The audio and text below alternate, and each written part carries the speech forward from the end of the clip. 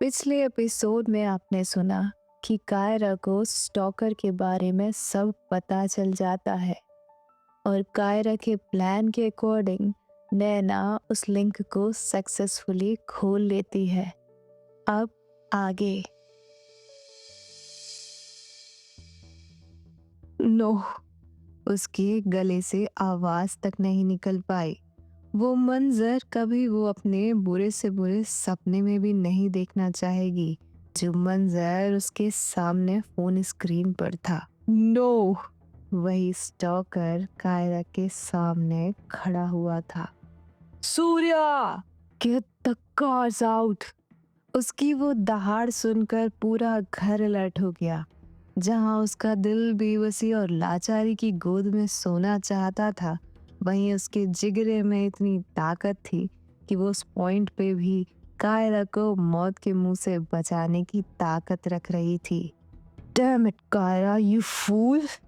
कायरा ने इतने क्लेवरली उसके स्ट्रीमिंग वेबकैम को प्लेस किया था कि उस स्टॉकर को ये भनक भी नहीं पड़ती कि कायरा उसके ट्रैप में नहीं, बल्कि वो कायरा के ट्रैप में था।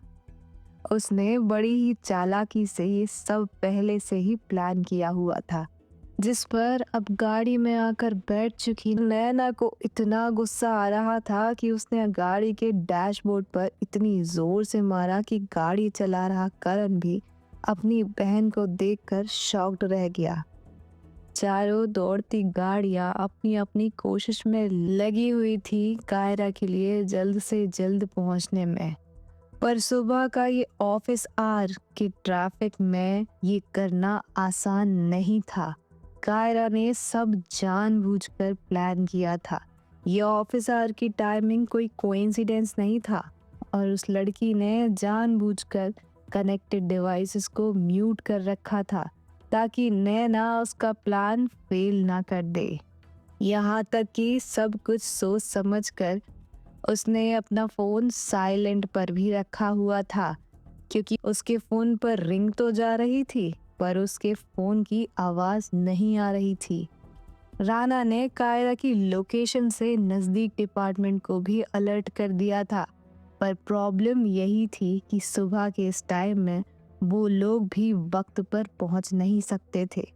कोई भी मौके पर नहीं पहुंच पा रहा था उसकी लोकेशन के कारण, और इसी बात से नैना का दिल घबराए जा रहा था।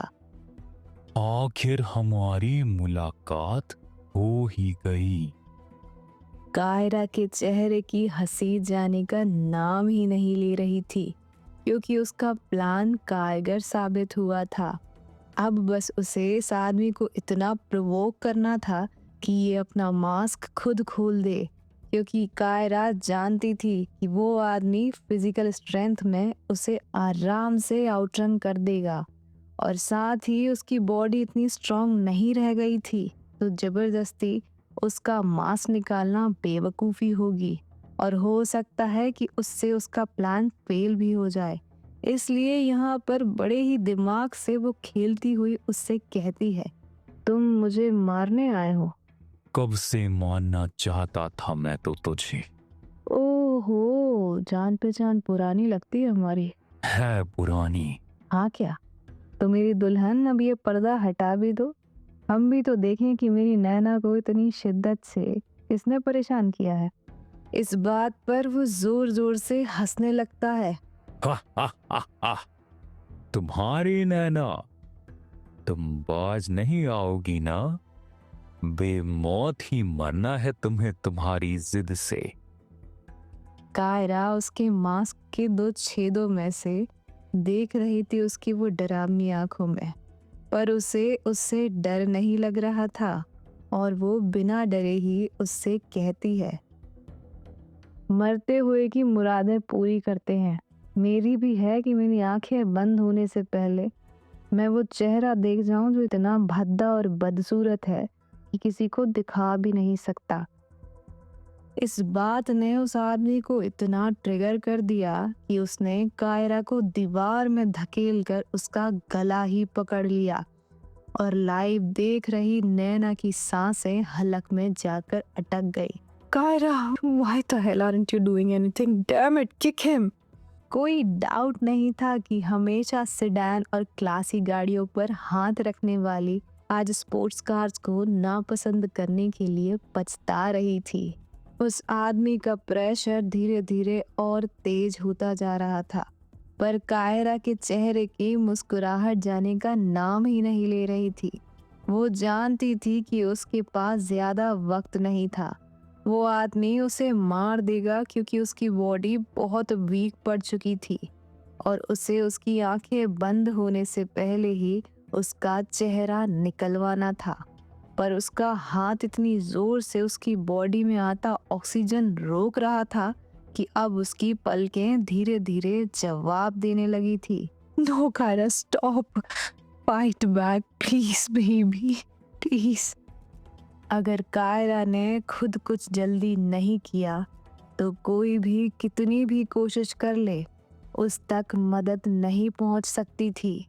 सबसे आगे दौड़ने वाली राना की गाड़ी भी नहीं। प्लीज काई, make him stop, please baby, please make him stop. मुस्कुराना शुरू कर दो जमीन, तेरी प्यास बुझने की बारी आ गई थी। सच कहा था कायरा ने। उन आंखों की खातिर, उसकी मुस्कुराहट के लिए वो खुद को खुशी खुशी कुर्बान कर दे और उफ तक ना करे। प्लीज काय, प्लीज। नैना के पैसे, उसकी वो फौज, उसकी पावर, कुछ भी कायरा को अब बचा नहीं पा रही थी। नैना अपनी आंखों के ही सामने अपनी जान को जाते हुए देख रही थी। ना हिलने वाला वो हाथ कभी अब कांपे जा रहा था। बेबसी दिल चीरती ही नहीं, फाड़ देती है। कायरा लड़ सकती थी, वो उसे आराम से थोड़ा बहुत तो डैमेज कर ही सकती थी, भले ही बदले में वो उसकी जान ही क्यों ना ले लेता। पर एक मेल में फिजिकल बून होने के कारण वो अपनी एग्जॉस्ट हुई बॉडी में एड्रेनलिन रश के होते हुए भी वो उसे हरा नहीं सकती थी, क्योंकि वो काफी स्ट्रांग था और इसकी कोई गारंटी नहीं थी कि उस हाथापाई में कायरा को मारने के बाद वो अपना चेहरा रिवील कर ही देता। इसीलिए इस डर से कि उसका प्लान फेल ना हो जाए और कैमरे से दिख रही तड़पती नैना को वो मिल रही फ्रीडम उससे वापस ना छिन जाए, वो उस आदमी की ताकत को खुद पर हावी होने दे रही थी। वो जानती थी कि एक साइकोपैथ को सिर्फ उसका ईगो ही उससे बेवकूफ़ी करवा सकता था, और वो बेवकूफ़ी उस आदमी को उसकी जीत देकर और कायरा पर उसका पूरा पावर देकर ही हो पाती। पर उसकी आंखें तो बंद होती जा रही थी और उसका प्लान भी अब लगभग फेल दिख रहा था। ऑक्सीजन का बहाव रुक जाने से उसके हाथ पैर अब बेजान से होने लगे थे, और क्योंकि अब तक उसने अपना चेहरा दिखाने का कोई मन नहीं बनाया था, तो कायरा उसे रोकने के लिए अपने हाथ से गले पर रखे उस आदमी के हाथ को पकड़ने की कोशिश करने लगी। पर अब वो बेजान होते हुए हाथों में दम नहीं बची थी, और यही देखकर उस मास्क के होते हुए भी कायरा उस आदमी की बेरहम हंसी उन गिरती आंखों से देख रही थी। कौन हो तुम? और जैसे ही कायरा की जान ने उसे छोड़ने का फैसला किया, तभी ही उस आदमी ने उसके गले से अपनी पकड़ छोड़ दी। इतने क्लेवरली उसने वेबकैम को प्लेस किया था कि उस कमरे का एक भी एरिया ब्लाइंड स्पॉट में नहीं आ रहा था, और घुटनों पर आ जाने के बाद भी जितने भी उस लिंक से चलता हुआ कायरा का ये मौत का खेल देख रहे थे, उन लोगों को बिल्कुल आराम से ही सब कुछ दिख पा रहा था। कौन? उसकी आंखें खुल नहीं पा रही थी, पर वो गिव अप नहीं कर सकती थी। मौत आए तो भी उसका मकसद पूरा होने के बाद आए। उसकी ये कुर्बानी बेकार नहीं जानी चाहिए थी। कहा था ना, you are going to regret. सबसे पहले उसके घर के सबसे करीब रहने वाली आयशा टैक्सी में सुनकर फड़फड़ाने लगी। उसकी गाड़ी ने बीच रास्ते में ही उसे धोखा दे दिया था और इस ट्रैफिक में वो भी ज्यादा कुछ नहीं कर पा रही थी। समर, और वो जोर जोर से हंसते हुए सर हिलाते हुए अपना मास्क उतार देता है और देखकर सबकी एक पल के लिए सांसें ही छूट गईं। आंखों पर विश्वास न था कि इतने दिन से ये आदमी था। उसकी बुझती आंखें समर का चेहरा देखकर यकीन नहीं कर पा रही थीं। इसलिए भी कि अपनी जिंदगी में इतने करीब से वो साइकोपैथ को देखने के बाद उसे समर की आंखों में वो साइकोपैथ की बेरहमी नहीं दिखी थी। वो अपने धुंधले फोकस से ही उसकी तरफ सर उठाकर देखती है और ऐसा लग रहा था कि उसकी बॉडी अब लगभग गिव अप करने ही वाली थी। वो अब बस कुछ ही पल तक आंखें खुले रख पाएगी। करण फास्ट, ना देख पाओगे नैना की बेबसी, जिसकी हिफाजत के लिए उसने उसके दिल तक आने वाली हर खुशियों को सदियों के लिए दफन कर दिया था। आज वो उसकी हिफाजत करने से बेहद दूर थी और दुनिया में कोई समझदारी ना थी कि उसकी आंखों से बहता पानी रोक ले। दिल खोलकर प्यास बुझनी थी आज, जब समर सामने अपने पैरों पर वजन रखकर बैठ गया और उसका कंधा जोर से पकड़ लिया। पर तुम तो Aisha. Stop wasting time Samar, kill her. अभी मंजर दिखा ही कहाँ था। जिस पल उसने सोचा था कि उसका बलिदान बेकार जाने वाला था, उसका ये जानलेवा प्लान फेल होने वाला था। बेवकूफियों की तभी ही धार लग गई थी जैसे, और कायरा को शौक लगने के बजाय उसकी बुझती जान में से ह्यूमरसली हंसी छूट गई। I knew it. समर हंसती हुई अधमरी कायरा के सामने से हट जाता है। उसका हाथ उसके कंधे से जैसे ही हटता है, लगभग उसका बेजान शरीर जमीन पर आ गिरता है। कैसे? I can smell a psychopath. उसकी बात सुनकर जानवी भी हंस देती है और अंदर आते ही वो समर की तरफ अपनी गाड़ी की चाबी फेंकती है, जिसे वो कैच कर लेता है और अपनी गन के साथ ही कायरा की कॉफी टेबल पर रख देता है और उसके पास आकर नीचे बैठ कायरा के गाल पर अपना ठंडा हाथ रख उसकी बंद होती हुई आंखों को जानवी जगाती है। कायरा का काम खत्म हो चुका था। नैना को उसकी रिहाई मिल गई थी। उसका मकसद पूरा हो चुका था। एक सुकून ने घर कर लिया था उसके अंदर। वो आगे जीना चाहती थी। वो परफेक्ट सी नैना के सभी इम्परफेक्शंस को देख उनसे मोहब्बत में कभी ना उभर पाने वाली गहराइयों में डूबना चाहती थी, भले ही दूर से ही सही। वो उस एक तरफा मोहब्बत को मरने नहीं देना चाहती थी, पर शायद इस जन्म को कुछ और ही मंजूर था, क्योंकि उसकी नब्ज अब बहुत फीकी पड़ने लगी थी। नैना अब सेफ थी और इस बात से वो संतुष्ट होकर अंधेरे के आगोश में चेहरे पर एक हंसी लिए चली जा रही थी। अब मौत भी आए तब भी उसके अंदर कोई लड़ाई न थी। कम से कम अपनी मौत तो देखती जा। नैना का कॉल अपने फोन में आते हुए देख अचानक ही उसकी पूरी बॉडी लैंग्वेज चेंज हो गई और उसका ध्यान पूरी तरह से कायरा से हटकर अपने फोन की स्क्रीन पर आता हुआ नैना के नाम पर टिक जाता है, जैसे उसके अंदर कुछ जाग गया हो।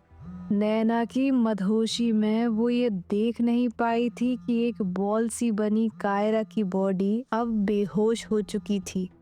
उसकी नब्ज बहुत ही कम बची हुई थी और नैना का नाम पढ़ते ही वो किसी शैतान से अब संत बन गई थी। जानवी को पहली बार नैना का फोन इग्नोर करना पड़ रहा था। नैना इतने टाइम उसे कॉलेज जाके मिलने के लिए हमेशा कॉल करती थी और उसे आदत थी उसका खूबसूरत सा नाम अपनी फोन की स्क्रीन में इतने टाइम दिखना। I am sorry my love, आज तुम्हें थोड़ा वेट करवाना पड़ रहा है, सब इसके कारण। वो स्क्रीन में ही देखते हुए कहती है और जैसे ही फोन कटता है वो अपना फोन साइलेंट पर रख कर जेब में डाल लेती है। पहले मैं इससे निपट लूं, फिर हम एक हो जाएंगे। नैना गुस्से में अपने सर पर हाथ फेरती है। उसने अपना आपा कभी नहीं खोया था, पर उसकी सांसें तो तब छूटी जब कैमरे में दिखती जानवी ने ग्लॉक 19 निकालकर कायरा के बेहोश शरीर के आगे तान दी। No Jahnavi, no. बेबसी से बदतर कोई हालत नहीं, खूनी है बेबसी, जहर से बढ़कर है बेबसी। मैं तुम्हें कभी मानना नहीं चाहती थी, मुझे कभी किसी को मानने की जरूरत ही नहीं पड़ी, क्योंकि नैना किसी को देखती ही नहीं थी। पर फिर तुम आई, तुम्हारी नजरों से भी मुझे कोई प्रॉब्लम नहीं थी, जैसे मुझे ऋषभ से नहीं हुई थी, क्योंकि मैं जानती हूँ उसकी आंखें क्या हाल कर सकती हैं, जो उसने बचपन में ही मेरा कर दिया था। पर तुम, वो नहीं जानती थी कि कायरा अब कुछ सुन नहीं सकती थी। नैना को सोचते ही जानवी खो जाती थी, भूल जाती थी कि वो क्या कर रही थी, जैसे उसमें कोई और पर्सनालिटी हो। कैसे उसने इतनी सालों से वो भारी नकाब पहन रखा था वो ही जान रही थी। पर अब कायरा को मारने के बाद वो अब चैन से नैना को अपनी बाहों में कंसोल कर सकती थी, क्योंकि कायरा नैना के लिए बहुत इम्पोर्टेंट थी और जब वो उसे मार डालने वाली थी तो नैना टूटती और वो उसका सहारा बनती और फिर धीरे धीरे उसे अपना प्यार दिखाती, बहुत प्यार करती, इतना कि नैना एक दिन खुद उससे कहती कि Janvi, I am falling for your love. कितने हसीन ख्वाब थे उसके लिए ही। और यही सोचते हुए वो मुस्कुराने लगती है, पर फिर अचानक ही वो मुस्कुराहट गायब हो जाती है और उसके चेहरे पर गुस्सा आ जाता है, जैसे उसे कुछ याद आ गया हो और वो वापस कायरा के हाथ से छुपा चेहरे को गुस्से में देखने लगती है। कितना वार्न किया मैंने नैना को कि तुमसे दूर रहे, कितना वार्न किया, यहाँ तक कि मैंने जब उसकी गाड़ी का कांच तोड़ा तो उसे चोट भी आ गई मेरी वजह से। मुझे बहुत बुरा लगा, इसलिए मैंने खुद को बहुत सजा दी और उसकी चोट का बहुत ध्यान रखा। सुन और देख रही नैना अपनी ही दोस्त को पहचान नहीं पा रही थी। वो कोई नॉर्मल इंसान नहीं थी, ये ऑब्सेशन से ज्यादा था, ये एक दिमागी बीमारी थी। वो नहीं समझती है, कितना समझाया मैंने, पर नहीं। मुझे लगा कि ऋषभ के डर से वो तुमसे दूरी बना लेगी, पर वो पकड़ा गया। कितना पैसा लगाया मैंने कि वो यहाँ से दूर चला जाए, पर उस राना ने फिर भी उसे ढूंढ निकाला और नैना तुम्हारी तरफ फिर बढ़ने लगी। उसी टाइम मुझे मेरी ही तरह जुनूनी इंसान मिला, समर, जिसका मकसद मेरे ही रास्ते से होकर निकलता था। उसे तुमसे बदला लेना था। और सबसे अच्छी बात हुई कि उसे तुम्हें आयशा से दूर करना था और मुझे तुम्हें नैना से। ऑलरेडी सब कुछ जानता हुआ समर सुनते हुए बेहोश कायरा की कॉफी टेबल से एक एप्पल उठाकर सोफे पर आराम से बैठकर मुस्कुराते हुए खाने लगता है। फिर हम लोगों ने मिलकर प्लान किया, और क्योंकि अब मेरे पास सच में एक 6 फुट का हट्टा कट्टा लड़का था, तो मुझे मोटे कपड़े नहीं पहनने पड़े जिससे मैं कोई लड़का लगूं और कोई शक ना करे। काम मैं करती थी, दिखता वो था।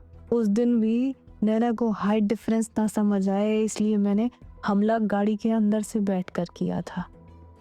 वो पूरे कमरे में घूमती हुई अपनी बेवकूफ़ी भरी कहानियाँ सुना रही थी, बिना जाने कि जिसे सुना रही थी वो सुन नहीं सकती थी, और जिसे वो कभी मरते हुए भी ना बताए वो उसकी एक एक मुंह पर नजरें रखी हुई थी। मैं तुम्हें कुछ नहीं करती, सच में। वो तुम्हारी तरह खींचती नहीं ना, तो मैं तुम्हें कुछ नहीं करती। पर जब उसने अपनी फीलिंग्स अपने पापा के सामने रखी, तो जैसे मेरे दिल का खून ही हो गया। जिसने कभी किसी को एक नजर से ना देखा था, वो किसी के प्यार में कब पड़ गई। इतना मुझे शक हुआ था, और मैं देखती थी तुम दोनों को, पर मुझे नहीं लगा था कि वो तुमसे प्यार करने लगेगी। साए की तरह थी मैं उसके। उसे कुछ होने से पहले खबर मुझे होती थी, और तुम मेरे ही सामने से उसका दिल धड़का गई। जो मेरा था वो तुम ले गई। कभी कभी नहीं कहा मैंने उसको कि प्यार करती हूँ मैं उससे, क्योंकि वो किसी को देखती नहीं थी। तो मुझे लगा कि मैं सारी जिंदगी ऐसे ही उसके साथ रह लूंगी, और धीरे धीरे उसे अपने प्यार में ले डूबूंगी। पर वो तुमसे प्यार कर बैठी, और उसी पल मैंने तुम्हें खत्म करने की ठान ली। पर देखो तो मेरा प्यारा सा दिल, जब उसके पापा ने उसको कहा कि दूर हो जाए तुमसे, और उसने कहा कि वो दूर हो जाएगी, मैंने उससे पूछा भी कि वो तुम्हें बुला पाएगी कि नहीं। गुस्सा तो बहुत आया था कि तुम होती तो वहीं मार डालती, पर उसने मेरे दिल में लगी आग पर ठंडा पानी डाल दिया, ये कहकर कि भूल जाएगी वो। मैं खुश हो गई, और मैंने सोच लिया कि ना, नहीं मारूंगी मैं तुम्हें, ना, नहीं मारूंगी, जाने दूंगी। आखिर उसकी आंखें शिकारी ही तो है। वो दूर हो गई थी, और मुझे चैन मिल गया था। पर फिर मैंने उसे ऊपर से खड़े तुम्हें हॉल में देखते हुए देखा। मैं समझ गई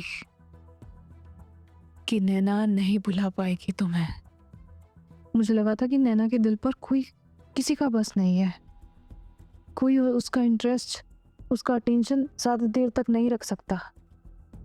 उसे अच्छे से समझाया था मैंने कि आयशा ही बेस्ट थी तुम्हारे लिए, और वो मान भी गई थी। जिसे सुनकर समर उसकी तरफ देखने लगता है।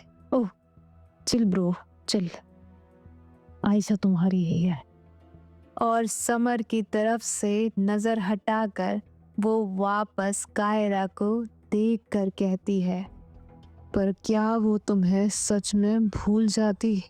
यही चीज कंफर्म करने के लिए मैंने अपने दिल को खुद से ही छलनी करवा दिया, तुम दोनों को उस डांस में करीब लाके। सोचो कितना खून बहा होगा मेरे दिल का तुम दोनों को देखकर। जब मैंने उसे तुम्हारे साथ देखा, मैं समझ गई अगर उसे तुम्हें भुलाना था, तुम्हारे लिए वो आंखें बंद नहीं करती, वो इतनी कमजोर नहीं पड़ती। क्योंकि मैं जानती हूँ नैना को, वो बहुत स्ट्रांग है। उसे जिसको भुलाना होता है, जिस चीज को पीछे छोड़ना होता है, वो मुड़ के नहीं देखती उसकी तरफ। पर तुम्हारे लिए वो कितना रोक ले वो वापस आएगी तुम्हारे पास, झुकेगी तुम्हारे सामने। कभी ना झुकने वाली नैना झुकेगी तुम्हारे सामने। जिस नजरों के लिए मैं मरती रही, जिस दिल के लिए मैंने इतना सब किया, वो तुम्हारे लिए धड़क रहा था। Naina is in love with you, और ये जानकर कि जब तक तुम जिंदा हो वो लौट कर तुम्हारे पास जरूर आएगी। इसलिए मुझे मजबूरन ही तुम्हें मरवाने के लिए समर को भेजना पड़ा। वो तो कब से मानना चाहता था, बदला लेना चाहता था। तुम सिर्फ मेरे कारण जिंदा थी इतने दिन से, पर बेवकूफ़ी थी मेरी ये। काश मैंने तुम्हें पहले ही मरवा दिया होता। बहुत दुखाती है वो मेरा दिल, बहुत। वो कहते कहते नीचे देखने लगती है, जैसे वो जमीन में देखकर कुछ सोच रही हो, और फिर कायरा को देखकर वो हंसते हुए कहती है, तुम्हें वो नोट छोड़कर मुझे ललकारने की जरूरत नहीं थी। मैं तो खुद तुम्हारे पास आ रही थी तुम्हें मारने के लिए। वो ये कहकर जोर जोर से हंसने लगती है, अपने हाथों में लोडेड गन लिए हुए। Now that I kill you, Naina मेरे पास होगी, क्योंकि मैं उसे दूसरी बार कभी किसी और का नहीं होने दूंगी, कभी किसी से मोहब्बत नहीं करने दूंगी। अगर कायरा सब सुनती होती और यही उसका आखिरी पल होता, तो वो जानवी की आंखों में देखते हुए मुस्कुराते हुए कहती, तुम नहीं जानती कि तुम उसे कितनी खूबसूरत मौत दे रही थी, ये बता के कि नैना उससे उतनी ही मोहब्बत करती है। वो नजरें उसका वहम नहीं था, वो वाइन का असर नहीं था, वो उसकी कड़वी सी जिंदगी की सबसे खूबसूरत हकीकत थी। काश कि तुम ये समझ जाती और अपनी हरकतों से बाज आ जाती। पर होल्ड ऑन, एक आखिरी बार मैं तुम्हें भी सुनने देती हूँ। बहुत ही असरदार है ना उसकी आवाज। वो कायरा की तरफ देखते हुए अपने आईफोन के बोर्ड से कहती है, सिरी कॉल नैना। Calling Nana. Hard kiss. खुशी में मग्न स्पीकर पर अपने ऑब्सेशन की आवाज सुनने के लिए वो बेवकूफ जानवी स्क्रीन पर नैना के 89 मिस्ड कॉल देख भी नहीं पाई, और सबसे बड़ी बेवकूफ़ी कर बैठी वो कॉल करके, जब नैना ने आधी रिंग में ही उसका कॉल उठा लिया। Touch her and I will rip you apart. कायनाती ताकत थी वो, जिसकी एक बात ने बिना दिल की जानवी के रोंगटे खड़े कर दिए थे। Then I said touch her and I will fucking rip you apart। अगर पहले उसे कुछ समझ नहीं आया था, तो अब तो उसका लिमिटेड न्यूरोनल दिमाग फ्यूज ही हो गया था। उसने अब तक ये ना जाना था कि वो लोग बहुत आराम से बेहोश कायरा के ट्रैप के अंदर आ गए थे। खतरनाक था कायरा का दिमाग। किस्मत पर अपनी जान के सिक्के उछाल कर उसने अपने आप को झोंक दिया था, ताकि नैना के कैद का दरवाजा टूट जाए। इश्क ये नहीं तो और क्या है, जहाँ कोई सीमा नहीं। Back of. एक शेरनी की अपने प्यार की हिफाजत की दहाड़ थी वो। नैना को कोई रोक नहीं सकता था, पर हकीकत ये थी कि अभी भी उनको उसके घर पहुंचने में 20 से 25 मिनट लगते ही, और आयशा को भी अभी वक्त लगना था। अगर जानवी ने होश खो दिया तो कोई भी वहां वक्त से पहले नहीं पहुंच सकता था। तुम मेरी हो। I said back off and drop that gun. I can see you, Janvi. Samar panic में तुरंत खड़ा हो गया और जब उन दोनों ने उस रूम में अपनी नज़र दौड़ाई और कमरे के बीचों बीच रखा कंप्यूटर मॉनिटर के नीचे काले टेप से चिपके उस छोटे से 4K वाइड एंगल वेबकैम पर उसकी जब नजर गई, उन दोनों की आंखें फटी रह गईं देखकर, जिसे समर दरवाजे से भाग गया। किसी और सिचुएशन में नैना जानवी के साथ माइंड गेम खेल सकती थी, पर वो जानवी को जानती थी। वो कैलकुलेटेड मूव रखने वाली थी और जहां तक उसका अंदाजा था वो समझ गई थी कि जानवी के साथ माइंड गेम खेलना मतलब वो और भी जल्दी कायरा को खत्म कर देती। उसकी आंखों में गुस्से के आंसू थे और वो वेबकैम में ऐसे देख रही थी जैसे उसे सच पर भरोसा ही नहीं हो रहा था। कितना प्यार किया मैंने तुम्हें और तुमने मुझसे झूठ बोला, धोखा दिया मुझे। नैना ने सक्सेसफुली जानवी को उसकी वल्नरेबल कंडीशन में ला दिया था ताकि वो उसे मना सके अपने माइंड गेम से, पर नैना इस जानवी को जानती ही नहीं थी, क्योंकि जैसे ही उसे लगा कि जानवी में कुछ इंसानी इमोशंस दिखे थे, वो तुरंत ही इतनी शैतानी हंसी हंसती है कि नैना के अंदर खौफ आ जाता है। इस जानवी को अब डर नहीं था। मैं तुम्हारा साया थी, बहुत अच्छे से जानती हूँ कि तुम क्या करोगी, पर तुम्हें पता है कि मैं क्या करूँगी? मैं इसे इस दुनिया से दूर कर दूंगी। तुम्हारी आंखों में मुझे वो कभी नहीं दिखेगी और फिर मैं खुद को खत्म कर दूंगी। वो फोन अब भी स्पीकर पर था जब जानवी ने अपनी गन को उस वेबकैम के सामने कर दिया और एक गोली की आवाज आते ही पुलिस स्टेशन और भी सभी जगह से एक बार में ही वो लाइव रिकॉर्डिंग डिस्कनेक्ट हो गई।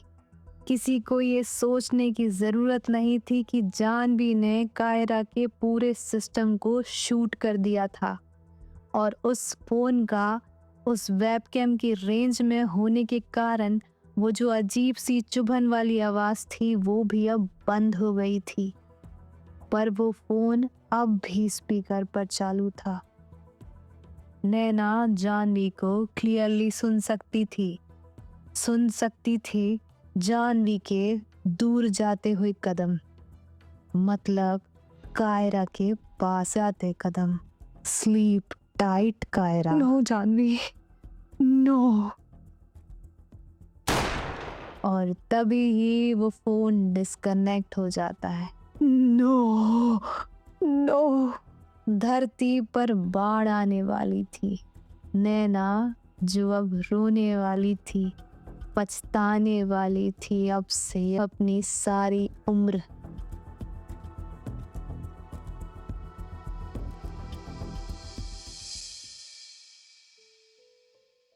जिस डर से डरती रही वो, जिस गम को छूने नहीं दिया था उसने खुद को, आज वो सामने था। जानवी की आखिरी गोली कायरा को लगने के बाद क्या होगा नैना का अब, जिसे पाने की दरगाह दरगाह मन्नतें की थी, आज उसे खो देने के बाद क्या होगा उसका, क्या होगा उसकी उजड़ी हुई दुनिया का, और कैसे सामना करेगी जानवी अब नैना की बेरहमी का। जानने के लिए सुनते रहिए द हेड गर्ल।